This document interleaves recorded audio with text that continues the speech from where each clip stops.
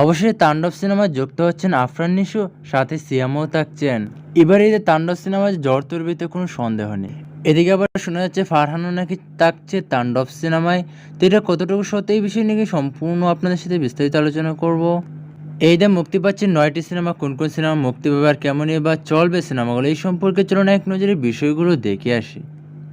তো আমরা প্রথমে আসি ইনসাফ সিনেমাটি নিয়ে। শরীফুল রাজ এবং তাসনিয়া ফারিনের সঞ্জয় সমকদার পরিচালিত ইনসাফ সিনেমা মুক্তি পাবে এবারের ঈদুল আজহায়। এই সিনেমায় কিন্তু এরা দুজন বাদেও কিন্তু মোশাররফ করিমও রয়েছে। তো এই সিনেমায় মিশা সওদাগর সহ আরও বড় বড় শিল্পীরা থাকছেন।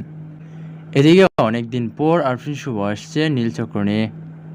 এবার ঈদে আরও আছে টগর, পিনিক, মাশাহারা সহ বেশ কিছু সিনেমা। এদিকে নতুন একটা সিনেমা আসছে শিরোনাম। নায়কও নতুন এবং পরিচালনাকেও নতুন।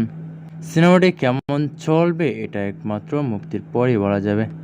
এদিকে এবার ঈদে মুক্তি পাবে বাপ্পি চৌধুরীর নতুন সিনেমা, যা সিনেমা হলে মুক্তি দেবে না পরিচালক। সিনেমা হল পেলে না সিনেমা হলে মুক্তি দেবে। সিনেমাটি ঈদের মধ্যেই পাবলিশ করা হবে ইউটিউবে।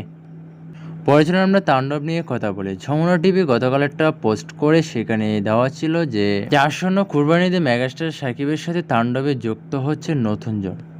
অনেকদিন ধরে গুঞ্জন শোনা যাচ্ছিল যে তাণ্ডব সিনেমায় আফরান নিশো থাকছে সিনেমায়। তো অবশ্যই গুঞ্জনই সত্য হলো।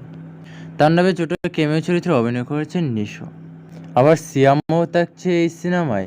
বিষয়টি আনুষ্ঠানিকভাবে কিছু জানানো হয়নি কর্তৃপক্ষ থেকে, তবে বিশ্বস্ত সূত্র অনুযায়ী তারা এই পোস্টটা করে।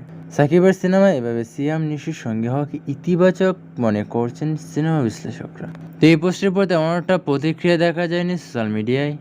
তো এদিকে কিছুক্ষণ পর আমরা কালের কণ্ঠে একটা পোস্ট দেখতে পাই যে তাণ্ডবে থাকছে না নিশো, জানালেন রায়হান রাফি।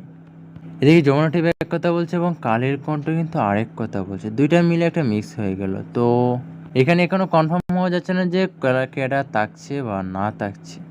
তো এদিকে বেশ কিছুদিনের গুঞ্জন শোনা যাচ্ছে ফারহানও থাকতে পারে এই সিনেমায়, তবে এই গুঞ্জনটা সম্পূর্ণ ভুয়া। ফারহান থাকবে না এই সিনেমাতে। যে আজকে ভিডিওতে আজকে পর্যন্ত দেখা যাচ্ছে নতুন কোনো ভিডিও। সবাই ভালো থাকবেন।